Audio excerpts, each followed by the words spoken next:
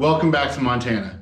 This is my wife's 2009 Chevy Tahoe LTZ. It has just under 200,000 miles on it right now, and I'm currently in the middle of doing suspension overhaul on it. I'll be doing all new upper and lower control arms with ball joints and bushings, tie rod ends, and sway bar end links, and the CV axle on this side. I'll also be doing the bushings on the sway bar and control arms in the rear as well.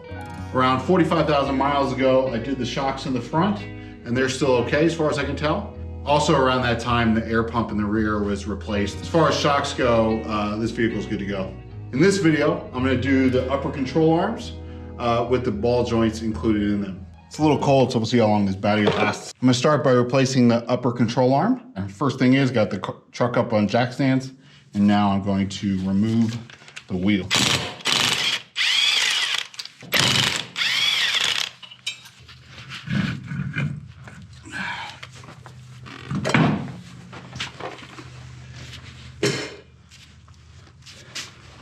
So I'm gonna replace the upper control arms.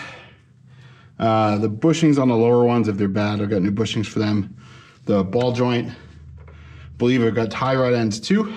Stabilizer end links, and I think I have the bushings for the stabilizer bar as well. 196,000 miles on it, something like that, 194,000 miles on it.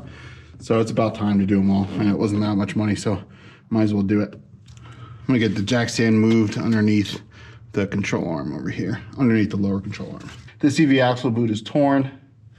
Yeah, I've been just patching it up. All right, I'm gonna have to put some new axles on order. This one's been torn for years anyway. I didn't want to have to do that, but it looks like I'm gonna have to do that. My zip ties finally held up and the boot ripped. There we go, okay. GoPros always advertise that they work in the cold with skiing, and I don't see that happening very well. Also got to mark the position of these bolts up here. So let's get these cleaned off and marked.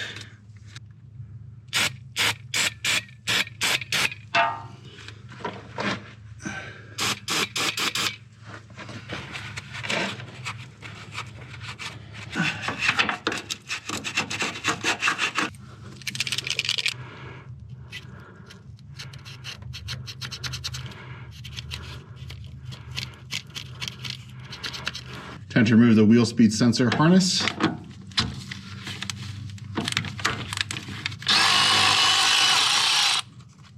Yeah, that's one way to do it. Now, if you ask about the shocks, I did them about 45,000 miles ago. They're expensive, and I was looking for the delete kit, and I couldn't find it, so I'm just gonna keep these on for now. Let's go an 18 mil here on the bottom. I don't remember if I need to put an Allen wrench in this or not.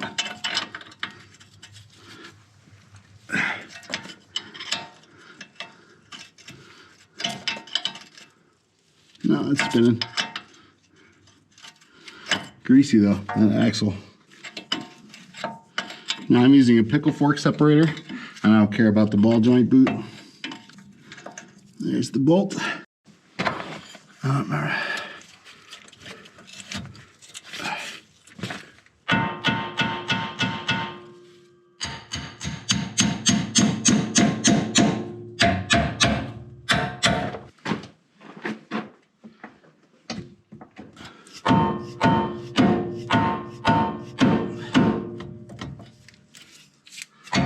There we go. A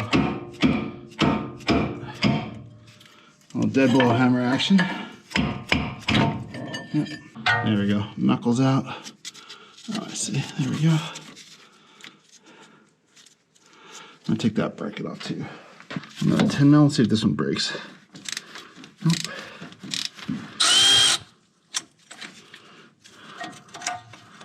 Okay.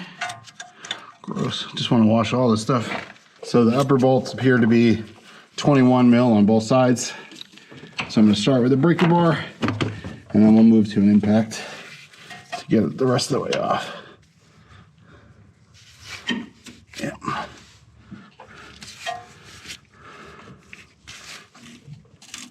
There we go. We got the truck at 155,000 miles, and it was only, let's see, that was 6 years ago. So we don't put a lot of miles on it. We drove across country with this thing too. So I don't know if these are original or not. They were pretty crusty when I first got them. Break the other side free, and I'll get the impact. Fender liner is a little bit in the way on this side. I think the control arm is going to do the work for us as far as holding the wrench. Should have sprayed some PB Blaster here before. Oh, she's going.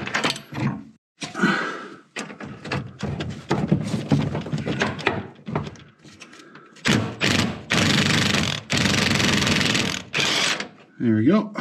It's interesting that the bolt goes to the inside. There we go. There we go. Definitely clean these off, get some anti-seize on them before we put them back in. This cam came off. Kind of seized on there. There we go. Bolt is free. Rotate it around the shock there. And that's going to fall off at the worst time. So the mark is still on. Keep that positionally in the right position. Man, why do they not put the bolt in from the outside? That seems so dumb. There's like no clearance on the inside. Yeah, these bushings are done. Bushings are done. Nothing's ever easy. I don't know if I have enough room to spring there. Do not want to take this shock out because getting the top out is a pain. Actually, it's not as bad as on the Silverado. The Silverado, I gotta like do it by hand. This one I can get a power tool on. Okay, after a little gentle persuasion with the dead blow hammer and a screwdriver, got both bolts out. Moved the jack up and down a little bit to reposition the spring, and it was all good. Let's see if we can get the control arm actually out now. Yep. Just gotta persuade this one too. Yeah, there we go. So I'd say these bushings had seen better days. Same thing with, for some reason the screen keeps going off on me when I'm recording with these cheap batteries, so maybe that's it. So hopefully this clip comes out. My original GoPro battery swelled up, and so I got these cheap ones as backup. But here's the new part, obviously, and the old part. Just want to compare them, make sure they're the same. They look the same. I mean, how can you go wrong with a part that says original grade? It must be. It must be good. So before I get this one in, I'm going to try and find a replacement bolt for the ABS bracket. Found a bolt. It's about the same size. It's a little bit longer and has threads on the bottom, where the threads on the bottom of this one stop because it goes out the backside. I'm just going to put a little anti-seize on it to start. And this stuff's gross. I need fresh anti-seize. Should be good enough to go. Okay.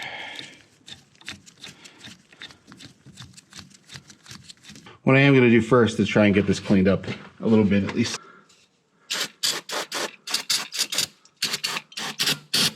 I'm just trying to clean up the mating surfaces a little bit.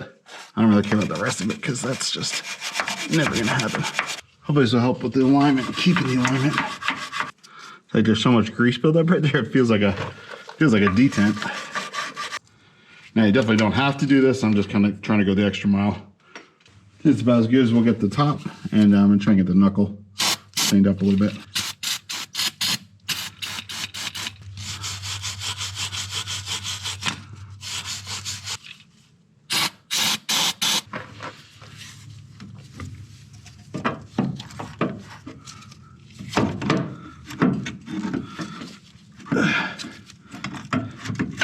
Nice.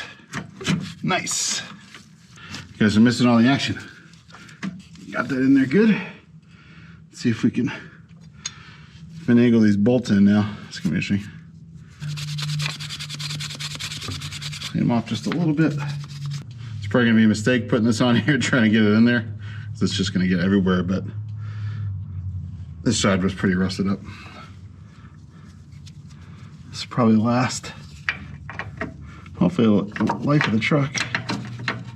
It's kind of got this cutout, which will fit around the spring a little bit. Okay, I let the suspension down a little bit, and I actually used the other bolt to key it from the other side to get the control arm lined up. And I got that bolt through. So I'm just gonna finger tight this side. Now there's a flat side to this bolt and a beveled edge, and you want the flat side to face your work surface.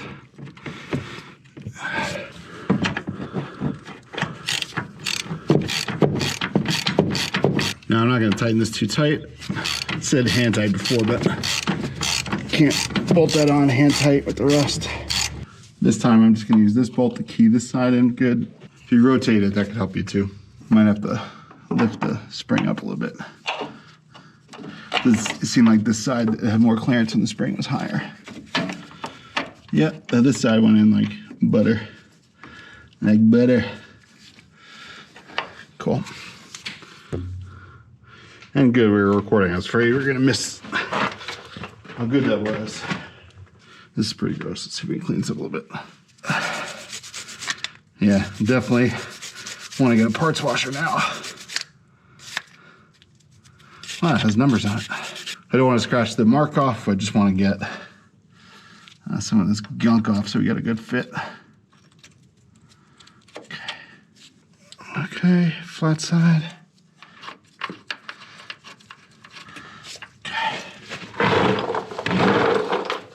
Get some clearance around this brake line. You get on there. We lined up? Yeah, we're lined up. Good. Looking good. Now, even though I get it on the mark, I'm still gonna want to go to alignment shop. I don't know if it was aligned. The tires aren't scrubbing or anything, but you know, can't hurt. Try and get this side now.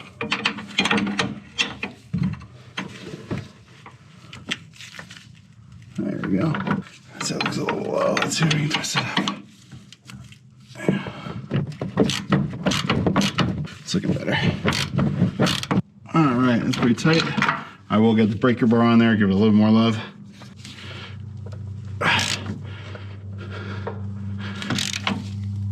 Okay, let's get the breaker bar. Yeah. That's more than enough, I would think. Should be good. All right. Well, that feels good. Now that the upper control arm is in, let's get the ball joint back into the knuckle. This Milwaukee light is awesome. Wish I got it a long time ago. Yeah. Did I make it too tight? Probably. Too tight at least to get it back together. Okay.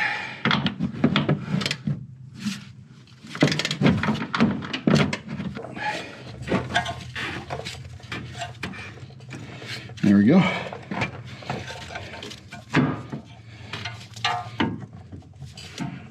Hopefully you can see this.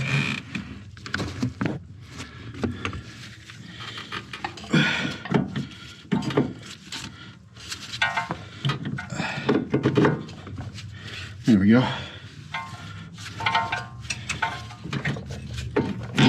There we go. Nice. Nice, nice, nice, nice, nice.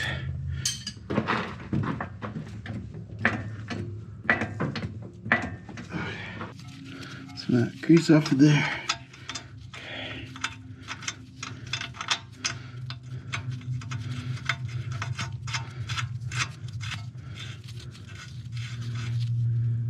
So it's a 5mm Allen and an 18mm bolt. This will be fun. This is always a fun trick. Let's get it tight on there first.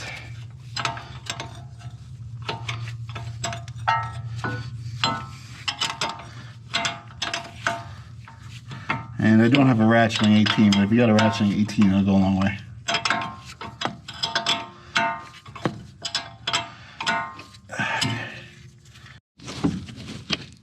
Hopefully you can see this. But this whole thing turns if I don't have an Allen key on it. I can't get the Allen key in there. There we go.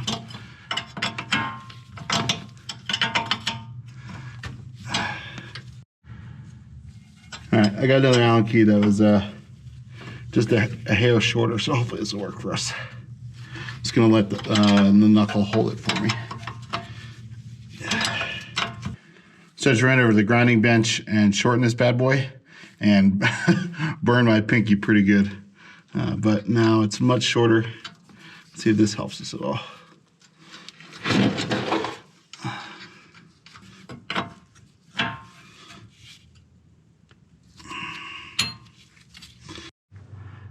This battery's gonna croak in a minute, but I'm gonna get these guys back on there.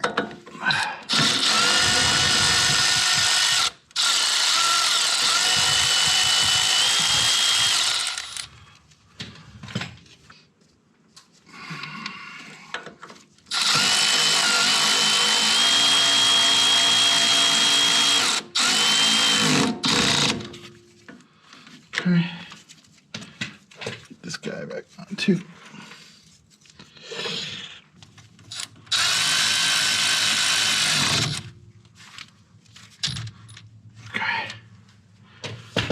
And I'm going to tighten these up here.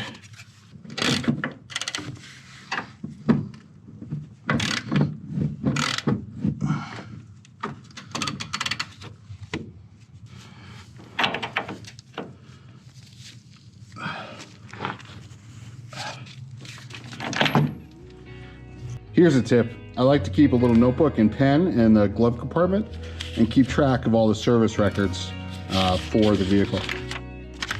Oil changes, tire rotation, part replacements, anything else of that nature. So you can see I've started to record everything that I'm doing in these videos. Well, that's it for this video. In future videos, I'll be doing the lower control arms and the other parts and touching on the rear suspension as well. If this video helped you out, which I hope it did, please hit that like button, subscribe if you want to see more. And until next time, may God bless you and keep standing up for what's right.